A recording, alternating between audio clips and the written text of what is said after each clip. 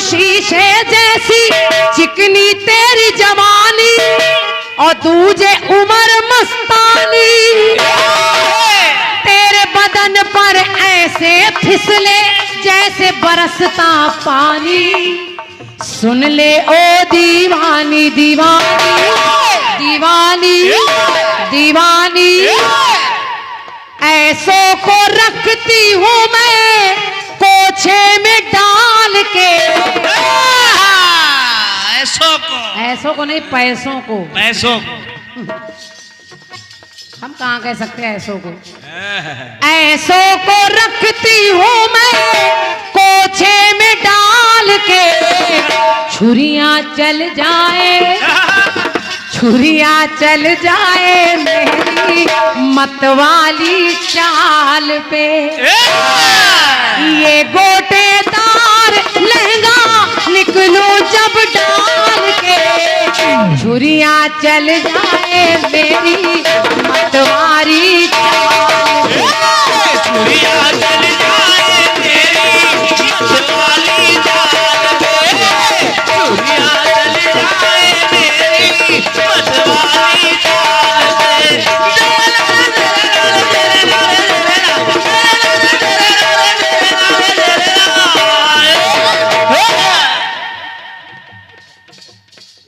कोई जोड़ नहीं आप लोगों का।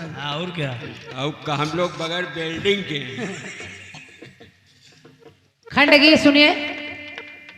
खंडगीत सूर्य से शुरू कर रही हूं और अंत चंद्रमा तक करूंगी और आप समझ जाएंगे, मुझे कुछ छुपाने की जरूरत नहीं है। और अच्छा लग जाए तो आपकी तालियां मिल रही हैं, जैसे रामलला सरकार के प्राण प्रतिष्ठा पर आप प्रसन्नता आपने मनाई, ऐसे भारतवर्ष में एक और विशेष कार्य हो गया। तो देखिए क्या क्या बेटे। सती शांडली सूर्य को रोके,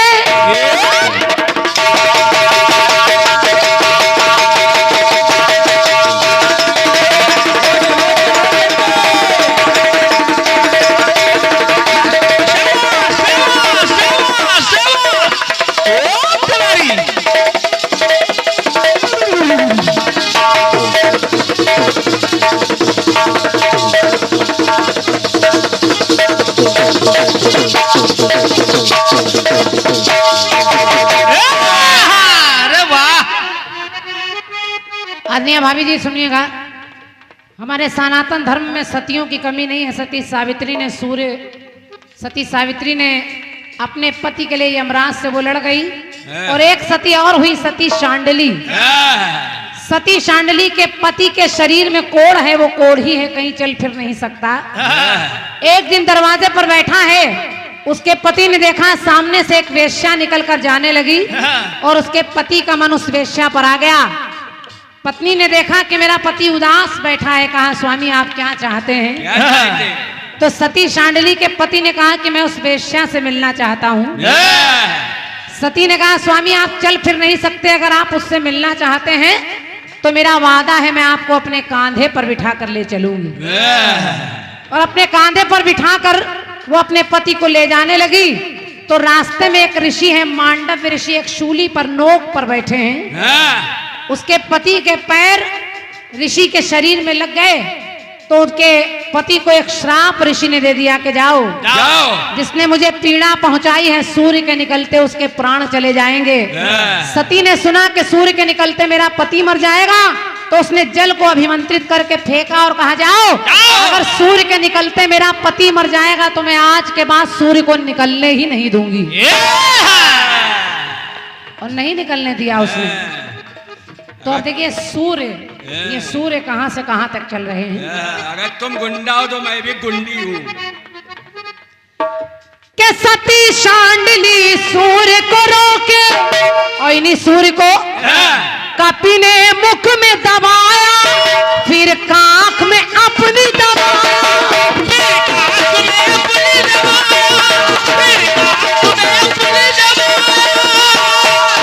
और सूर्य किरण लख छठ मैया का, हमारी माताएं बहनें जैसे करवा चौथ का व्रत चंद्रमा को देखकर तोड़ती हैं, ऐसे छठ का व्रत सूर्य को अर्घ देकर तोड़ती हैं। तो सूर्य किरण लख छठ मैया का जाता पर्व मनाया, कहीं सूर्य वंश है पाया पाया। यही सूर्य को कपि ने यानी हनुमान जी ने मुंह में दबाया, बाली ने कांख में दबाया, और इन्हीं सूर्य को अर्घ देकर जाता पर्व मनाया, कहीं सूर्य वंश कहलाया। और सुनिए, बांग्लादेश ने अपनी ध्वजा में सूर्य का चित्र लगाया, हमने सूर्य पे धाक जमाया।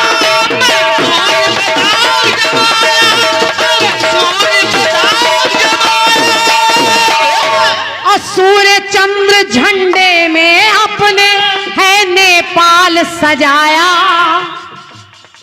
बाली सूर्य पुत्र कहलाया पाया। हाँ पाया, हाँ पाया। बहुत ध्यान से सुनिएगा चाचा, गलतियां पकड़ लेते हैं, अच्छाइयां भी पकड़िए और ध्यान रखिएगा। बांग्लादेश ने अपनी ध्वजा में केवल सूर्य का चित्र लगाया, और सूर्य पर भी जाने की तैयारी हो रही है, लगभग समझ लीजिए पूरी हो गई है। और नेपाल ने सूर्य और चंद्रमा का चित्र अपने झंडे पर लगाया। लेकिन मैं जो कह रही हूं बस 2 लाइनें समझिएगा कि झंडे में आधा चंदा सजा पाकिस्तान का।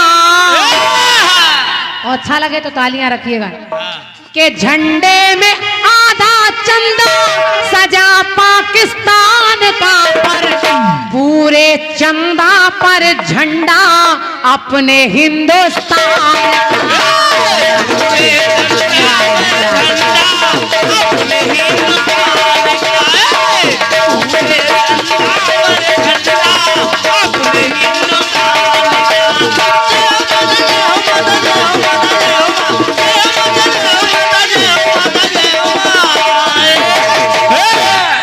के काम कर दिया है पावन काम प्रज्ञान का। देखिए भगवान भोलेनाथ का नाम है सोमनाथ, और चंद्रमा पे भी अमृत सोमनाथ, और जिन्होंने खोज की उनका भी नाम सोमनाथ।